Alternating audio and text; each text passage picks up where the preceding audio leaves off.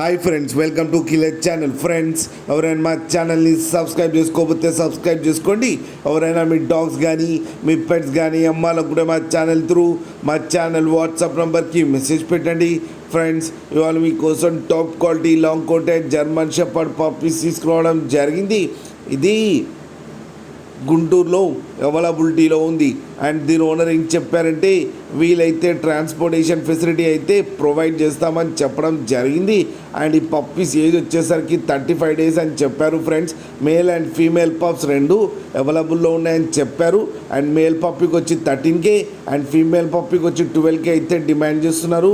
And రేట్లో స్లైడ్గా negotiable ఉందని కూడా చెప్పడం జరిగింది.